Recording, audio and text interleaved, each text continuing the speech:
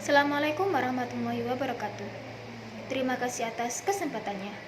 Saya Haliza Hanim NIM 664. Kami dari kelompok 5 akan mempresentasikan tentang filsafat Pancasila. Pengertian dari filsafat Pancasila adalah suatu kebijaksanaan yang rasional dari segala sesuatu. Yang kedua, suatu sikap dan pandangan hidup. Yang ketiga, suatu kelompok persoalan.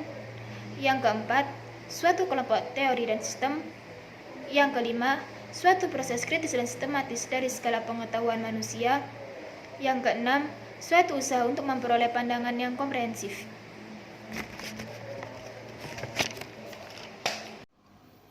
Terima kasih atas kesempatannya. Saya Panggi Ridho, NIM 640. Saya akan melanjutkan presentasi dari rekan saya. Yang selanjutnya adalah menggali sumber historis sosiologis politis tentang Pancasila sebagai sistem filsafat. Yang pertama, sumber historis Pancasila sebagai sistem filsafat. Pada tanggal 12 Agustus 1928, Soekarno pernah menulis di seluruh Indonesia yang menyebutkan bahwa nasionalisme adalah nasionalisme yang membuat manusia menjadi perkakasnya Tuhan dan membuat manusia hidup dalam roh. Pembahasan sila-sila Pancasila sebagai sistem filsafat dapat ditelusuri dalam sejarah masyarakat Indonesia. Yang pertama, sila ketuhanan yang Maha Esa. Sejak zaman purbakala hingga kemerdekaan negara Indonesia, masyarakat Nusantara telah melewati ribuan tahun pengaruh agama-agama lokal, yaitu yang pertama 14 abad pengaruh Hindu dan Buddha, 7 abad pengaruh Islam, 4 abad pengaruh Kristen. Hal ini dapat dibuktikan dengan masih berlangsungnya penyembahan di berbagai kepercayaan yang hidup di Indonesia. Yang kedua, sila kemanusiaan yang adil dan beradab. Bangsa Indonesia sejak dahulu dikenal sebagai bangsa maritim yang telah menjelajah berbagai penjuru Nusantara. Hasil pengembara itu membentuk karakter bangsa Indonesia yang kemudian oleh Soekarno disebut dengan istilah internasionalisme atau peri kemanusiaan. Yang ketiga, sila persatuan Indonesia. Indonesia adalah bangsa majemuk paripurna yang menakjubkan karena kemajemukan sosial, kultural, dan teritorial dapat menyatu dalam komunikasi politik kebangsaan Indonesia. Yang keempat, sila kerakyatan yang dipimpin oleh hikmat, kebijaksanaan dalam permusyawaratan perwakilan. Demokrasi sebagai bentuk pemerintahan dari rakyat, oleh rakyat, dan untuk rakyat memang fenomena baru di Indonesia. Sejarah menunjukkan bahwa kerajaan-kerajaan pra-Indonesia adalah kerajaan feodal yang dikuasai oleh raja-raja. Meskipun demikian, Tan Malak mengatakan bahwa paham kedaulatan rakyat sebenarnya telah tumbuh di alam kebudayaan Minangkabau. Kekuasaan raja dibatasi oleh ketundukan pada keadilan dan kepatutan. Yang terakhir, sila kelima keadilan sosial bagi seluruh rakyat Indonesia. Masyarakat adil dan makmur adalah impian kebahagiaan yang telah berkobar ratusan tahun lamanya dalam keyakinan bangsa Indonesia. Impian kebahagiaan itu terpahat dalam ungkapan Gemah Ripah Loh Jinawi, Toto Tentrem Kerto Raharjo. Sejarah mencatat bahwa bangsa ini dahulunya adalah bangsa yang hidup dalam keadilan dan kemakmuran. Keadaan ini kemudian dirampas oleh kolonialisme. Yang selanjutnya, yang kedua, sumber sosiologis Pancasila sebagai sistem filsafat. Sumber sosiologis Pancasila sebagai sistem filsafat dapat diklasifikasikan ke dalam dua kelompok. Kelompok pertama, masyarakat awam yang memahami Pancasila sebagai sistem filsafat yang sudah dikenal masyarakat Indonesia dalam bentuk pandangan hidup, way of life, yang terdapat dalam agama, adat istiadat, dan budaya. Kelompok kedua, masyarakat ilmiah akademis yang memahami Pancasila sebagai sistem filsafat dengan teori-teori yang bersifat akademis.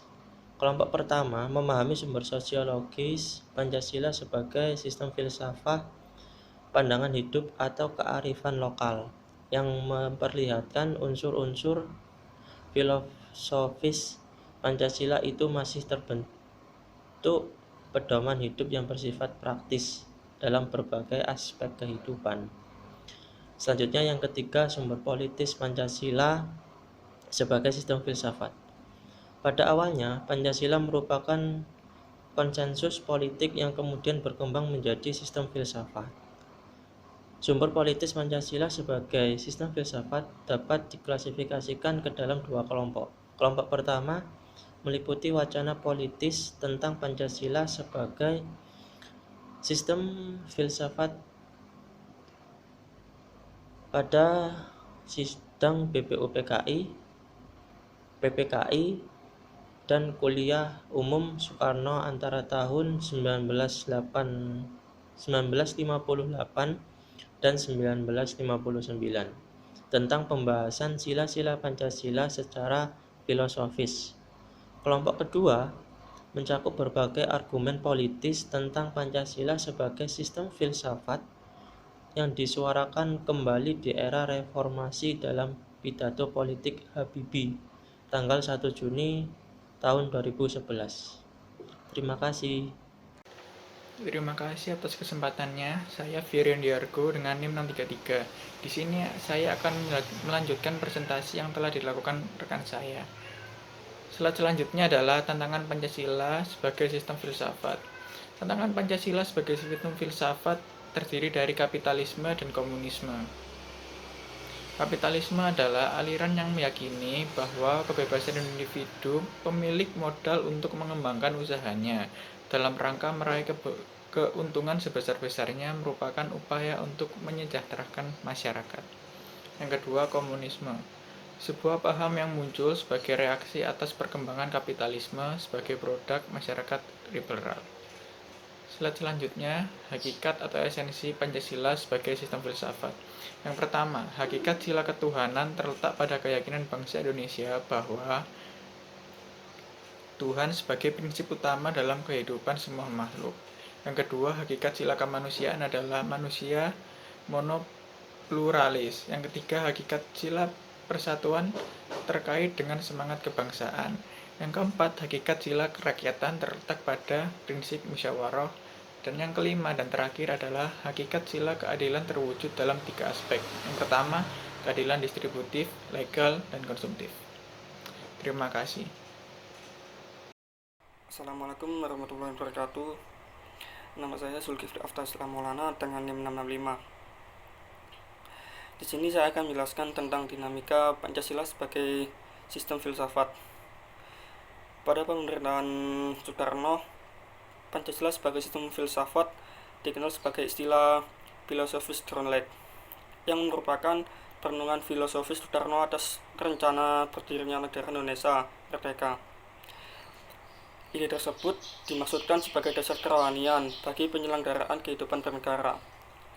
Ide tersebut ternyata mendapat sambutan yang positif berbagai kalangan, terutamanya dalam sidang BPUPKI pertama, persisnya pada tanggal 1 Juni 1945.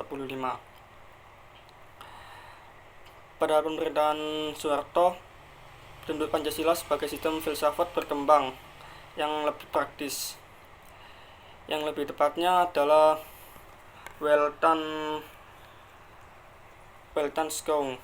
Artinya filsafat Pancasila tidak hanya bertujuan mencari kebenaran dan kebijakan, tetapi juga digunakan sebagai pedoman hidup.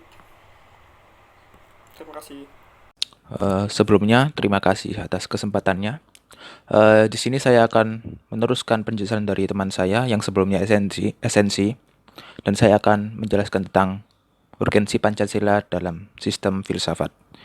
Urgensi di sini yaitu artinya suatu hal-hal penting yang sangat urgen atau yang memang sangat dibutuhkan untuk negara, yang antara lain pertama yaitu meletakkan Pancasila sebagai sistem filsafat dapat memulihkan harga diri bangsa Indonesia sebagai bangsa yang merdeka dalam politik. Merdeka di sini yaitu merdeka, yaitu freedom. bebas. Ya, artinya kita dapat memukakan sesuatu sesuai landasan pola pikir kita.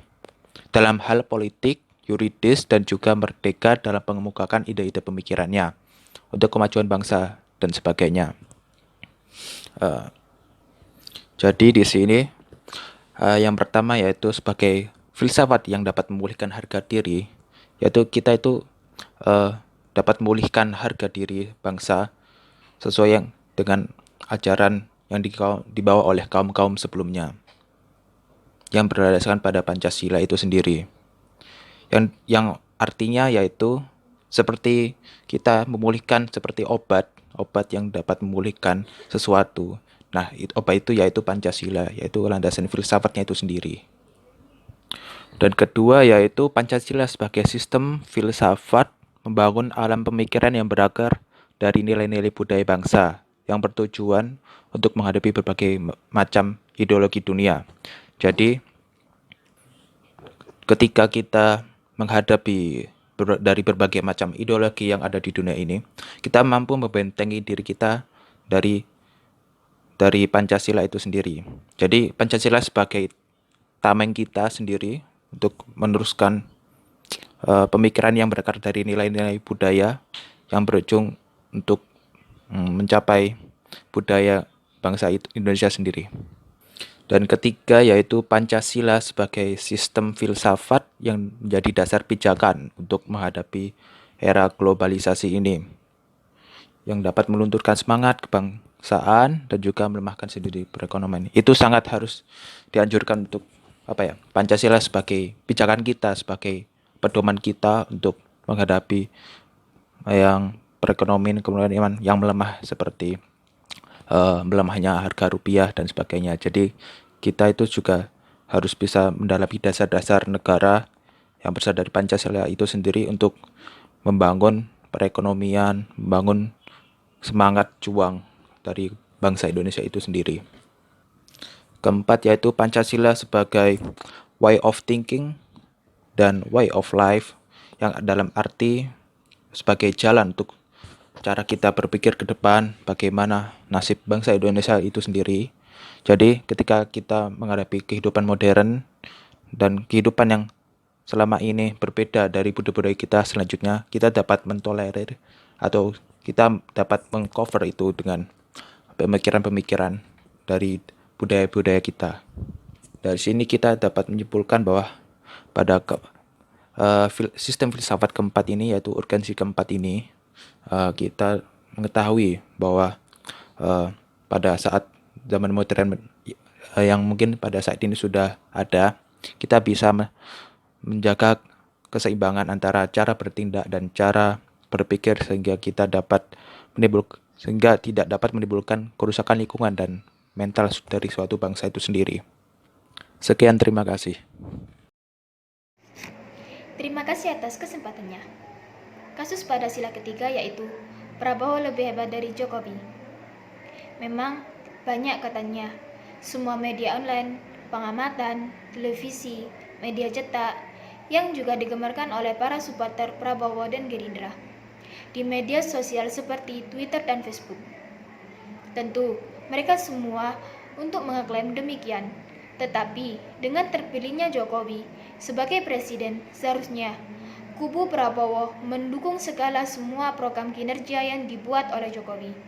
Dari kasus tersebut menandakan bahwa sudah tidak ada relevannya warga Indonesia yang nilai Pancasila khususnya pada sila ketiga yaitu menunjukkan bahwa tidak adanya persatuan Indonesia. Di sini saya akan menganalisis studi kasus tentang peristiwanya bom Solo 2011.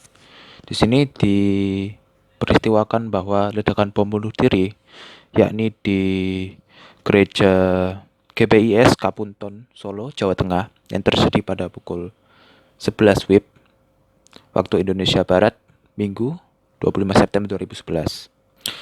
Peristiwa ini mengakibatkan 28 orang terluka dan seorang tewas yang diidentifikasikan bahwa seorang itu yaitu pelaku bom bunuh diri. Dari kasus bom Solo ini itu karena salah satunya seperti terjadinya peristiwa di Ambon yakni merupakan imbas dari ketidakseriusannya pemerintah dalam menuntaskan kasus di Ambon. Konflik yang terjadi di Ambon telah menyulut banyak kelompok yang bersiap jihad ke Ambon. Hanya pengetahuan pintu-pintu masuk ke Ambon membuat banyak kelompok yang akhirnya memutuskan untuk menyalurkan niatan jihadnya di luar Ambon. Nah, niatan jihadnya yang di luar Ambon itu ya salah satunya di bom Solo pada tahun 2011 ini. Di sini disebabkan karena adanya sebab akibat di Ambon, yaitu polisi tidak tegas dan terkesan diskriminatif. Dikatakan pada juru bicara yaitu Zulkarnain selaku juru bicara Ansor Tauhid Jawa Timur. Kasus yang terjadi di Ambon ini karena sembari mencontohkan tidak transparannya polisi dalam mengungkapkan kasus kematian seorang tukang ojek di Ambon.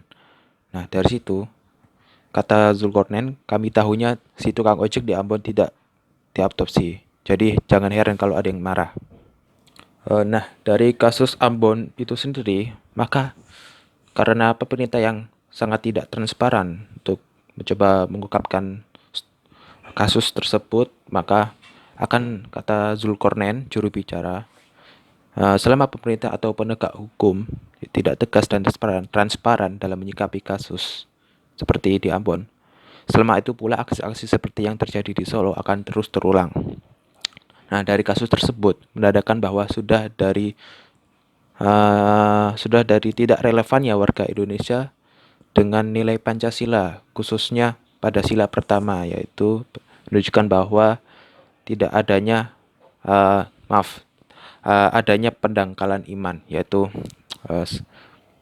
rendahnya pemahaman pada sila pertama, yaitu ketuhanan yang Maha Esa.